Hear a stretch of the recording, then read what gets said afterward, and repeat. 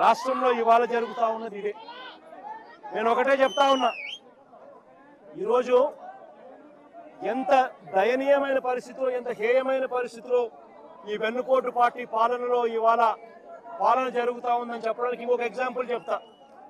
ఇదే జైల్లోకి నేను పోయా. ఇరుపక్షాన ఒక ఎమ్మెల్యేని అరెస్ట్ చేస్తే ఇరుపక్షాలను చూడడానికి నేను పోయా. ఒక మాజీ ముఖ్యమంత్రిని నేను అవమానించడం కోసం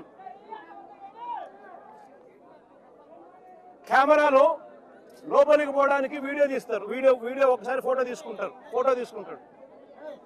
మామూలుగా ఎవరైనా కూడా కూర్చోబెట్టి లోపలికి తీసుకొని పోయి కూర్చోబెట్టి ఎవరికైనా కూడా ఫోటో తీసి పంపిస్తారు. ఫోటో తీసి తర్వాత పంపిస్తారు. కేవలం నన్ను అవమానించాలని, ఇలా సేడిజం చూడు ఎలా ఉందో, సేడిస్టిక్ మెంటాలిటీ చంద్రబాబు నాయుడు గారికి ఎలా ఉంటుందని చెప్పడానికి చెప్తా ఉన్నా.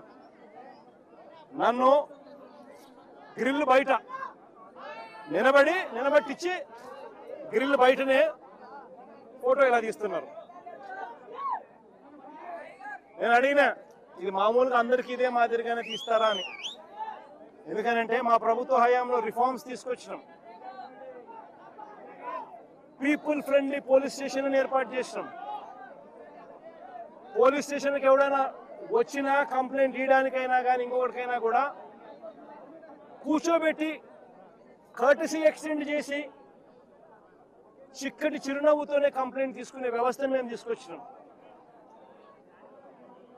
పీపుల్ ఫ్రెండ్లీ పోలీస్ స్టేషన్ అని మేము తీసుకొస్తే ఇక్కడ అవమానించే కార్యక్రమం ఎవరికి మాదిరిగా చేయరంట. నేను అడిగిన సూపరింటెండెంట్ను ఏమన్నా అందరికీ ఇదే మాదిరిగానే చేస్తారా అని.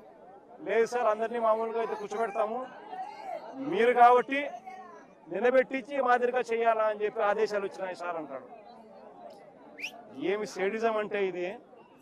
నేను చంద్రబాబు నాయుడు చెప్తా ఉన్నా, రేపు పొద్దున ఎల్లకాలం మీ ప్రభుత్వమే ఉండదు చంద్రబాబు అని చెప్పి గట్టిగా చెప్తా ఉన్నా. ఏదైతే మీరు ఇస్తున్నారో ఇవే రేపు పొద్దున పనులు అవుతాయి.